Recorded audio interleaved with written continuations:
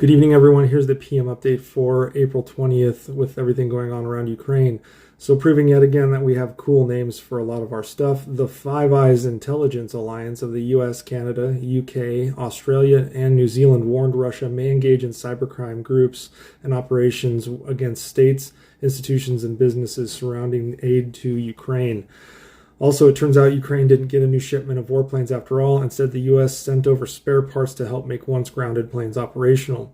The Ukrainian Air Force has at least 20 more fighter jets available to them after an influx of parts in the past few weeks made repairs possible, according to the Pentagon. The U.S. is going to target Russian digital currency companies in a new round of sanctions. The Treasury can and will target those who attempt to evade, or aid the evasion of U.S. sanctions against Russia, as they are helping support Putin's brutal war of choice, said a representative of the Treasury. The sanctions will target TransCapital Bank and more than 40 individuals and entities associated with various Russian businesses aiding in this war. The Russian-owned BitRiver AG is also going to be sanctioned as one of the world's largest crypto mining companies. German foreign minister says that Berlin will end Russian oil imports by year-end, and natural gas will follow soon after. Germany, however, is displacing its Afghan refugees to make way for Ukrainians within the country, unfortunately.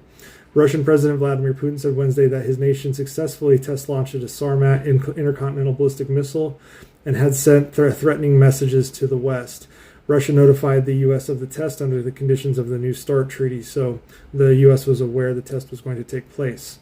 Multiple world leaders, including the U.S. and Canada, walked out of a G20 meeting as Russian officials began to speak. Canada boycotted the Russian presence after that. New videos now showing bodies of civilians on the streets of Mariupol, similar to the way we saw in what we saw in Bucha.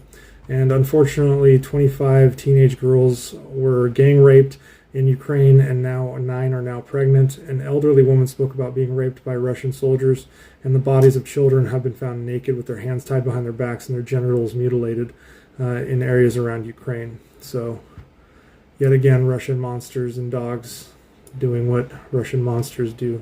Not even dogs do that kind of stuff. They're worse than that. But that's all I have for this evening. I may have an operations update. It depends. There's not a lot going on, but there may be enough to do one. So we'll see. Have a good evening.